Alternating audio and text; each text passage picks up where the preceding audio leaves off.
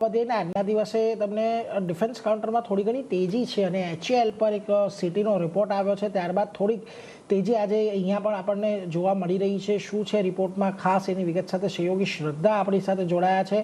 જી શ્રદ્ધા, good morning. અને ખાસ કરીને ક્યાં તમારી નજર આજે આ HAL પર જે સિટીનો રિપોર્ટ આવી રહ્યો છે, શું ધ્યાન રાખવું એમાં? જી ગુડ મોર્નિંગ. તો HAL પર સિટીનો રિપોર્ટ આપણને આવતો જોવા મળી રહ્યો છે. તેઓએ ખરીદારીની સલાહ આપી છે અને ટાર્ગેટ પ્રાઇસ તેઓએ 5,560 રૂપિયા પ્રતિ શેરના કર્યા છે, જે અત્યારના કરંટ લેવલથી લગભગ 30%ની તેઓ અહીંયાથી અપસાઇડ જોઈ રહ્યા છે આવનારા સમયમાં. રિપોર્ટમાં તેઓએ જણાવ્યું છે કે HAL અને GE એ F414 એન્જિનના જે કો પ્રોડક્શન માટે ટેકનિકલ કરારને હવે અંતિમ સ્વરૂપ આપવામાં આવ્યું છે. આપણે જે રીતે જોયું તો ઓરિજિનલ MOU જે હતો તે 2023માં સાઇન થયો હતો, પણ હવે જઈને એને અંતિમ સ્વરૂપ મળ્યું છે.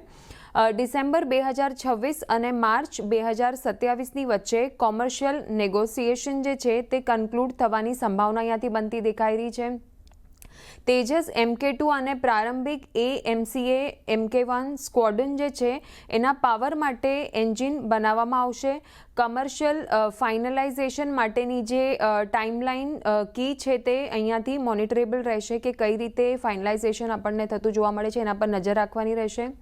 એક્ઝિક્યુશન રિસ્ક પણ તેઓને લાગી રહ્યું છે અહીંયાથી, પણ તે છતાં પણ તેઓ મધ્યમ ગાળા માટે એટલે કે મીડિયમ ટર્મ માટે અહીંયાથી તેઓ HAL માટે પોઝિટિવ બનતા આપણને દેખાઈ રહ્યા છે. તો આ રીતે ઓવરઓલ એક કહી શકાય સારો પોઝિટિવ રિપોર્ટ છે કંપની માટે, એટલા માટે અત્યારે સ્ટોક પણ થોડી આપણને અહીંયા ખરીદદારી આવતી જોવા મળી રહી છે.